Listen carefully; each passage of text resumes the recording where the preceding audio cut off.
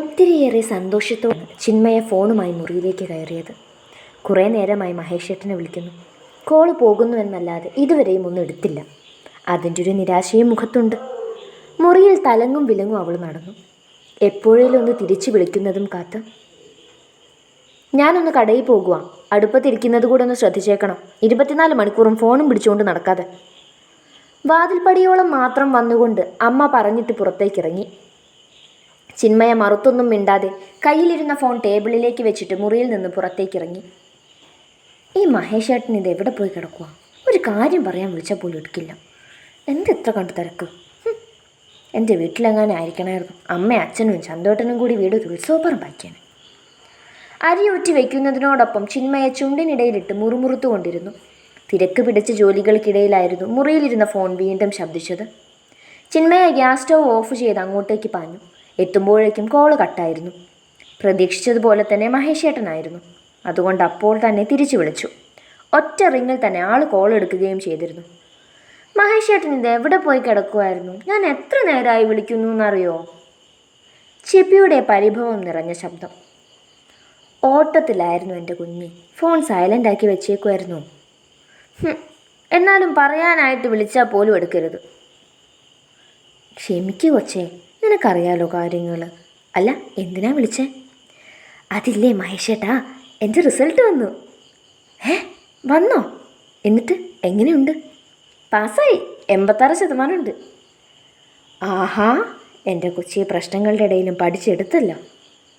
ഏട്ടനല്ലേ പറഞ്ഞത്? ഞാൻ വിളിക്കാം കേട്ടോ.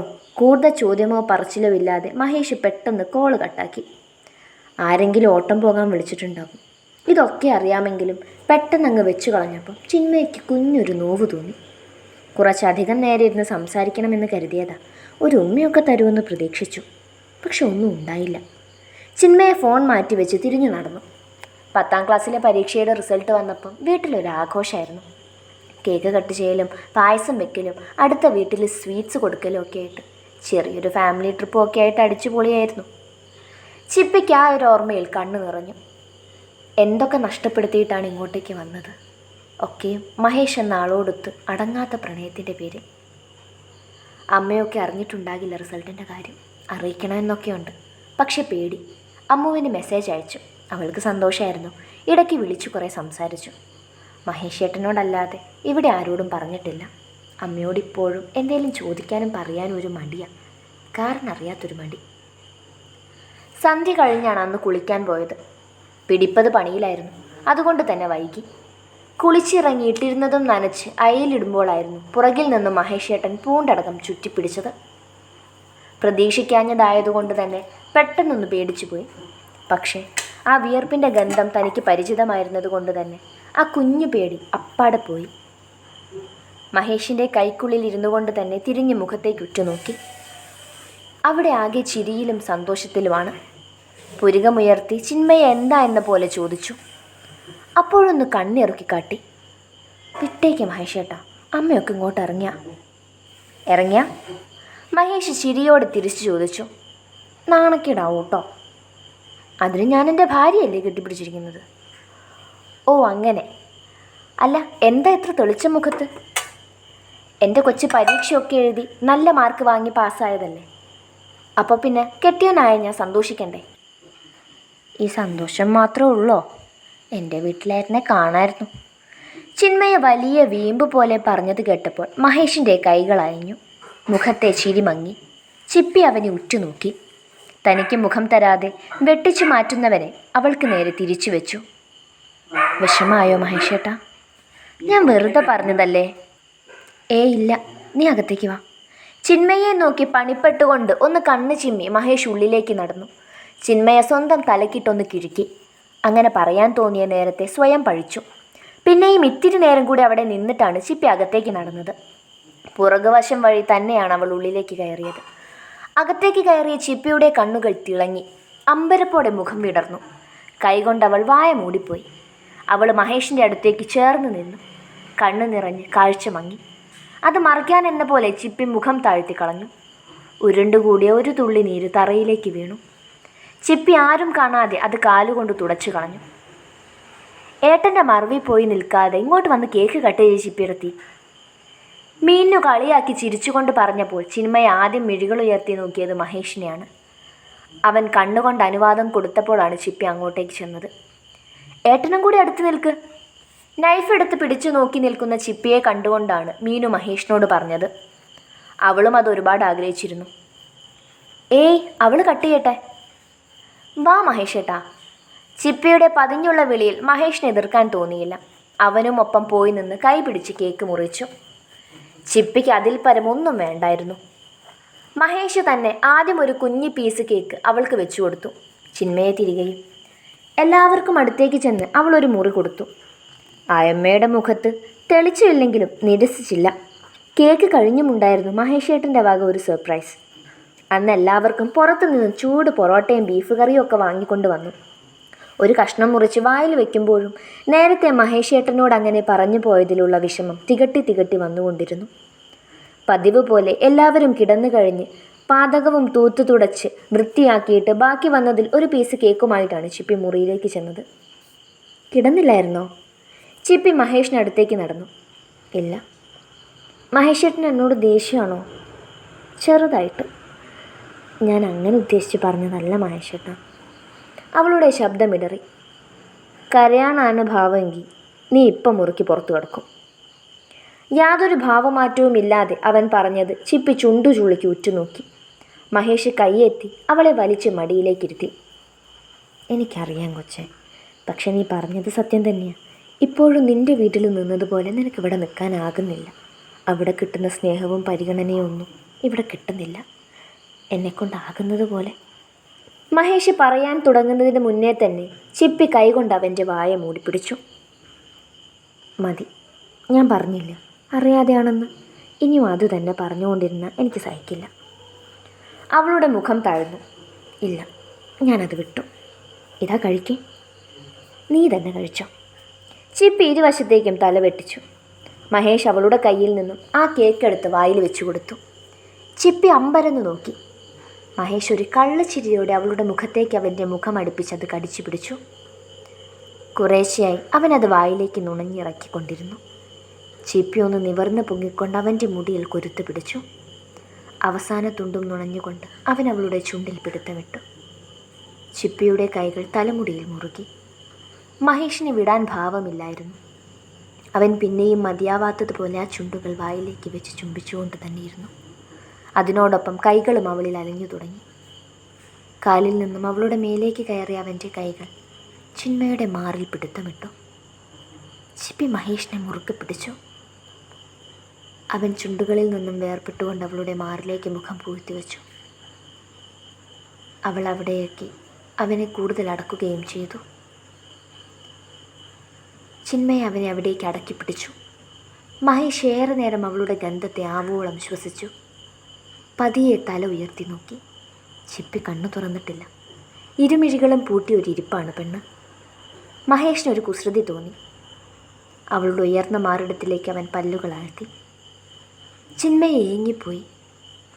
അവൻ ആ പെണ്ണിൻ്റെ മുഖത്തൂടെ വിരലുകൾ ഓടിച്ച് ചുണ്ട് കടന്ന് കഴുത്തിലേക്ക് ഇറങ്ങിയാവ അവളുടെ കുർത്തയുടെ ആദ്യ ബട്ടണിൽ പിടുത്തമിട്ടു. ചിപ്പി തല ചരിച്ചുകൊണ്ട് അവൻ്റെ കഴുത്തിലേക്ക് മുഖം പൂഴ്ത്തി. അവൻ്റെ വിരലുകൾ അപ്പോഴും ആ ബട്ടണിലായിരുന്നു. പതിയെ ആദ്യത്തെ തഴിച്ചു. ആ അറിവിൽ അവൾ പുറത്തേക്ക് കൈകൾ മുറുക്കി പിടിച്ചു. അവൻ്റെ വിരലുകൾ നിമിഷ നേരം കൊണ്ട് അടുത്തതിലേക്കെത്തി. അവിടുന്ന് അടുത്തതിലേക്ക് എന്ന പോലെ നെഞ്ചിന് താഴെ വരെയുള്ള 5 ബട്ടണും അവൻ അടർത്തി മാറ്റി. ചിന്മയുടെ കാലുകൾ കുഴയുന്നത് പോലെ തോന്നി. നെഞ്ചിനുള്ളിൽ സുഖമുള്ളൊരു തണുപ്പ്. കൈയുള്ളം വിയർത്ത് കുഴഞ്ഞു. ആവതില്ലാതെ അവൾ ഒരുപോലെ തന്നെ ഇരുന്നു. അവനെ ഒന്ന് മുഖം പൊന്തിച്ച് നോക്കാൻ പോലും ആയില്ല എന്നുള്ളതാണ് വാസ്തവം. ആ പെണ്ണും എന്തൊക്കെയോ ആഗ്രഹിക്കുന്നുണ്ട്, എന്തോ കൊതിക്കുന്നുണ്ട്. അതുകൊണ്ടാണ് ഒരു എതിർപ്പ് പോലും ആ ഭാഗത്തു നിന്നുമില്ലാത്തത്. മഹേഷിനും അത് മനസ്സിലായിരുന്നു. അവൻ കിടക്കയിലേക്ക് ആ പെണ്ണിനെ ചായച്ചു കിടത്തി. ഒപ്പം അവനും അവളിലേക്ക് ചാഞ്ഞു. അടഞ്ഞ മിഴികളിലേക്ക് പതിയെ ഒന്ന് ഊതിക്കൊടുത്തു. ചിപ്പി ചിരിയോടെ കണ്ണുകൾ മുറുകെ അടച്ചു പിടിച്ചു. നെറ്റിയിൽ അമർന്ന അവൻ്റെ തണുത്ത ചുണ്ടുകൾ അവളുടെ ഇരുമിഴികളിലും അവിടുന്ന് ചുണ്ടുകളിലേക്കും കഴുത്തിലേക്കും ചുംബിച്ചു നടന്നു. അവളെ നോക്കിക്കൊണ്ട് ഒരു വശം ചരിഞ്ഞു കിടന്നു. മഹേഷ് അവൻ്റെ വലത് കൈകൊണ്ട് അവളുടെ കുർത്ത കഴുത്തിൽ നിന്നും താഴേക്ക് വലിച്ചു മാറ്റി മുഖം അമർത്തി അവിടെ ആകെ ഉമ്മ വെച്ചു. പലയിടത്തും പല്ലുകൾ ആഴ്ത്തിയും നാവുകൊണ്ട് നനച്ചും മുന്തിരിമുട്ടുകൾ കടിച്ച ചെടിയുമൊക്കെ പ്രണയത്തിൻ്റെ തീവ്രതയേറിയ മറ്റൊരു തലത്തിലേക്ക് അവളെ എത്തിച്ചിരുന്നു. മഹേഷേട്ടാ. ചിപ്പിയുടെ ചിലമ്പിച്ച ശബ്ദം. മഹേഷ് മാറിൽ മുഖം പൂഴ്ത്തി വെച്ചുകൊണ്ട് തന്നെ വിളി കേട്ടു. മതി. എന്ത് ഇതൊക്കെ?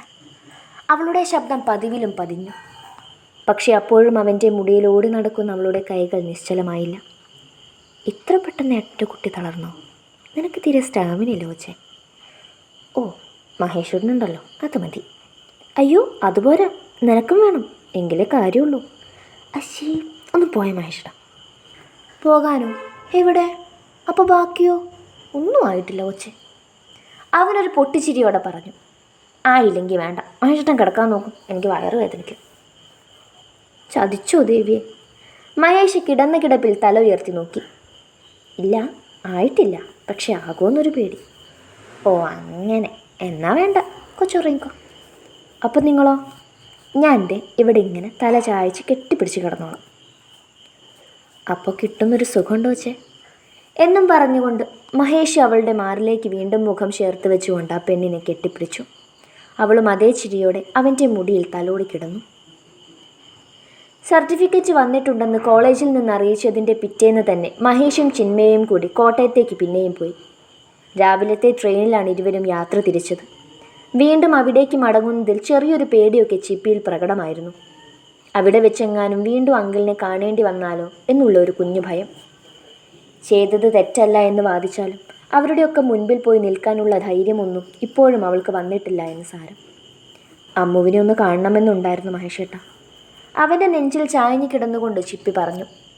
നീ അവളോട് പറഞ്ഞോ വരുന്നുണ്ടെന്ന്? ഇല്ല, എനിക്ക് തോന്നിയില്ല. ആ, എന്നിട്ടാണോ? താനൊന്ന് വിളിച്ചു നോക്ക്. വീട്ടിൽ നിന്ന് ഇറങ്ങാൻ കഴിയുമെങ്കിൽ നമ്മൾ കാണാറുണ്ടായിരുന്ന ബീച്ചിലേക്ക് വരാൻ പറയും. വിളിച്ചു നോക്കാല്ലേ? അവനിൽ നിന്നും അകന്നു മാറിക്കൊണ്ട് അവൾ ചോദിച്ചു. മഹേഷ് കണ്ണ് ചിമ്മി കാണിച്ചപ്പോൾ തന്നെ അവൾ ഫോണെടുത്ത് നമ്പർ ഡയൽ ചെയ്തിരുന്നു. ഇരുവരും സംസാരിക്കുന്നതൊക്കെ മഹേഷ് കേട്ടിരുന്നു. കുറച്ചു നേരം മാത്രം നീണ്ടു നിന്നൊരു ഫോൺ കോൾ. ഫോൺ വെച്ച് കഴിഞ്ഞ് തെളിച്ചത്തോടെയുള്ള അവളുടെ മുഖം കണ്ടപ്പോഴേ തന്നെ അവന് കാര്യം മനസ്സിലായിരുന്നു. എന്തായി? വരാമെന്ന് പറഞ്ഞു. സന്തോഷമായോ അപ്പം? ഒരുപാട്. ചിപ്പി പമ്മി ചിരിച്ചുകൊണ്ട് വീണ്ടും അവൻ അരികിലേക്ക് പതുങ്ങിയിരുന്നു. രാവിലെ പോയതുകൊണ്ട് തന്നെ കോളേജ് ഓപ്പണിംഗ് ടൈമിൽ തന്നെ അങ്ങെത്തി. ടീച്ചേഴ്സിനെയും ഒപ്പം പഠിച്ച കുറച്ചു പേരെയും ഒക്കെ കണ്ടു കഴിഞ്ഞാണ് സർട്ടിഫിക്കറ്റ് വാങ്ങാൻ കയറിയത്. ആ നേരം മഹേഷേട്ടൻ പുറത്തു നിന്നു. എല്ലാവർക്കും മഹേഷേട്ടനെ പരിചയപ്പെടുത്തി കൊടുത്തു. സ്പെഷ്യലി രഞ്ജുവിന്. അവളുമായാണ് കൂടുതൽ അടുപ്പം ഇവിടെ. മഹേഷേട്ടന് മുൻപ് കണ്ട പരിചയമുണ്ട്. അതിൻ്റെ പേരിൽ തന്നെ ഇത്തിരി നേരം അവളോട് വിശേഷം ചോദിക്കുന്നുണ്ടായിരുന്നു. എല്ലാവരോടും യാത്രയും പറഞ്ഞ് സർട്ടിഫിക്കറ്റും വാങ്ങി കോളേജിൽ നിന്ന് പുറത്തിറങ്ങി കുറച്ചു നേരം നിന്നു. ഇവിടെ നിൽക്കാനാണ് അമ്മ പറഞ്ഞത്. ബീച്ചിൽ അവൾ കൂടി വന്നിട്ട് ഒന്നിച്ചു പോകാമെന്ന് പറഞ്ഞിരുന്നു. 15 മിനിറ്റിലധികം കാത്തു നിന്നിട്ടാണ് അമ്മ വന്നത്. അവളെ കണ്ടുടനെ തന്നെ ചിന്മയെ ഓടിച്ചെന്ന് കെട്ടിപ്പിടിച്ചു. മഹേഷും ഒന്ന് ചേർത്ത് നിർത്തി. ഇരുവർക്കും ഒരുപാടുണ്ടായിരുന്നു പറയാൻ. മഹേഷ് അതിനിടയിൽ കട്ടുറുമ്പായില്ല. ഏറെ നേരം അമ്മുവുമായി ചിലവഴിച്ചു. ബീച്ചിലും പാർക്കിലും ഒക്കെ പോയി. നല്ലൊരു റെസ്റ്റോറൻറ്റിൽ പോയി ഫുഡൊക്കെ കഴിച്ചിട്ടാണ് പിരിഞ്ഞത്. ആ നേരം മാത്രം ഇരുവരുടെയും കണ്ണുകൾ ഈറനായി. വിഷമത്തിലാണോ ഇപ്പോഴും? അല്ല, മാറി മഹേഷേട്ട. ഇത്ര പെട്ടെന്ന് മാറിയോ? അതിന് ചിപ്പി ഒന്ന് ചിരിക്കുക മാത്രമേ ചെയ്തുള്ളൂ. സർട്ടിഫിക്കറ്റൊക്കെ വാങ്ങി വീട്ടിൽ കൊണ്ടുപോയി വെറുതെ വെക്കാനാണോ പ്ലാൻ? വേറെന്ത് ചെയ്യാൻ? പഠിക്കാൻ പോയിക്കോ, മാസ്റ്റർ ഡിഗ്രി എടുക്ക്. എനിക്കിനി പഠിക്കാനൊന്നും വയ്യ മഹേഷേട്ട. ഞാൻ എന്തെങ്കിലും ജോലി നോക്കാം. വീട്ടിലെ അവസ്ഥ ഓർത്താണോ? എങ്കിൽ അത് വേണ്ട. നിന്നെ കഷ്ടപ്പെടാൻ വിട്ട് ആ പൈസ കൊണ്ട് അവിടെ രക്ഷപ്പെടണ്ട. ഇപ്പം എനിക്ക് മാനേജ് ചെയ്യാവുന്നതേ ഉള്ളൂ. ഏട്ടൻ എന്തിനാ അങ്ങനെയൊക്കെ ചിന്തിക്കുന്നത്? ഞാൻ അതൊന്നും ഉദ്ദേശിച്ചല്ല പറഞ്ഞത്. എന്ത് തന്നെ ആയാലും നോക്ക്, ഞാൻ ഒരു കാര്യം പറയാം. ഇപ്പം വേണേ നിനക്ക് പഠിക്കാൻ പോകാം. അവസാനം നമ്മുടെ 4-5 പിള്ളേരൊക്കെ ആയി കഴിയുമ്പോൾ പറ്റിയൊന്നും വരില്ല. 5? ചിപ്പി ഒന്ന് കൂർപ്പിച്ച് നോക്കി. അല്ല 6. മഹേഷേട്ടൻ തന്നെ ആയിക്കോ. നീ ഇല്ലാത്ത കാര്യമൊന്നും നടക്കില്ല കൊച്ചേ. ഹശി, എന്തയ്യേ? ഇതൊക്കെ എല്ലാവർക്കും ഇടയിലുള്ളത് തന്നെയാണ്. നിന്നോടല്ലേ പറയാൻ പറ്റൂ. ഓ ആയിക്കോട്ടെ, അതൊക്കെ അപ്പോഴല്ലേ. ചിപ്പി അവൻ്റെ കയ്യിൽ കൊരുത്തു പിടിച്ചുകൊണ്ട് ആ തോളിൽ തലചായ്ച്ചു. മാസം 6 പെട്ടെന്ന് കഴിഞ്ഞു. വലിയ മാറ്റങ്ങളൊന്നും ആരുടെയും ജീവിതത്തിലുണ്ടായില്ല. ഉണ്ടെന്ന് പറയാൻ ചിപ്പിയുടെ സഹോദരൻ്റെ വിവാഹം ഉറപ്പിച്ചു. വാക്കുറപ്പിക്കലും നിശ്ചയവും ഒന്നും ഉണ്ടായില്ല. നേരിട്ട് വിവാഹത്തിലേക്കായിരുന്നു. പെണ്ണ് അവരുടെ തന്നെ അകന്ന ബന്ധത്തിലുള്ള കുട്ടിയാണ്. ഇന്നാണ് ഡേറ്റ് എടുത്തത്. വീട്ടിലെല്ലാവരും ഉണ്ട്, ചിപ്പി ഒഴികെ. ഈ നേരം അവളായിരുന്നു അവിടെ എല്ലാത്തിനും മുൻപന്തിയിൽ നിൽക്കേണ്ടിയിരുന്നത്. പക്ഷേ എന്നിട്ട് പോലും ഇതുവരെ ഈ കാര്യം ആ പെണ്ണ് അറിഞ്ഞിട്ടുണ്ടോ എന്ന് പോലും അറിയില്ല. എല്ലാവരും വിവാഹ ചർച്ചയിലാണ്. ചന്തു നാട്ടിൽ വന്നിട്ടില്ല. ഉടനെ എത്തുമെന്ന് പറഞ്ഞിട്ടുണ്ട്. ഏറിയാൽ ഒരാഴ്ച. നിങ്ങൾ ചിപ്പിമോളെ വിവാഹം ക്ഷണിക്കുന്നില്ലേ? ഒന്നുമില്ലേലും ഒരേ ഒരു ആങ്ങളയുടെ കല്യാണമല്ലേ? രാമചന്ദ്രൻ ചിപ്പിയുടെ അച്ഛൻ്റെ മുഖത്തേക്ക് നോക്കി. എന്ത് കാര്യത്തിന്? ഇത്രയും നാളും വളർത്തി വലുതാക്കി ഞങ്ങളെ അവൾ ഓർത്തോ? അത് ഓർക്കാണ്ടല്ലേ ഇന്നലെ കണ്ടൊരുത്തൻ്റെ കൂടെ ഇറങ്ങിപ്പോയത്. പിന്നെ നമ്മളെന്തിനു ക്ഷമിക്കണം? അല്ലേലും ചന്തുവിനും അവൾ വരുന്നതിനോട് താല്പര്യമില്ല. താഴത്തും തറയിലും വയ്ക്കാതെ കൊണ്ടു നടന്നത് അവനവളെ. ഞങ്ങളെ ഓർത്തില്ലെങ്കിൽ അവൾക്ക് അവനെങ്കിലും ഓർക്കായിരുന്നു. മക്കൾക്ക് വളർന്നു കഴിഞ്ഞാൽ തന്നിഷ്ടത്തിന് നടന്നാൽ മതി. പക്ഷേ രക്ഷിതാക്കൾ പിന്നീട് സമൂഹത്തിൽ അനുഭവിക്കേണ്ടി വരുന്ന നാണക്കേടും വേദനയൊന്നും അവർക്കറിയണ്ടല്ലോ. ഇതൊക്കെ അവൾ മനസ്സിലാക്കുന്നൊരു ദിവസം വരും. അളിയെ നോക്കിക്കോ. അയാൾ രാമചന്ദ്രൻ്റെ മുഖത്ത് ഉറ്റുനോക്കി പറഞ്ഞുകൊണ്ട് ഈറനണിഞ്ഞ കണ്ണ് തുടച്ചു മാറ്റി നടന്നുപോയി. അയാളുടെ വാക്കിൽ ഒരെതിരഭിപ്രായം അവിടെ ആർക്കുമില്ലായിരുന്നു. ഒരച്ഛൻ്റെ ഭാഗത്തു നിന്ന് നോക്കുമ്പോൾ അതൊക്കെ സത്യമുള്ള വാക്കാണ്. പകൽ പോലെ സത്യമുള്ളവ.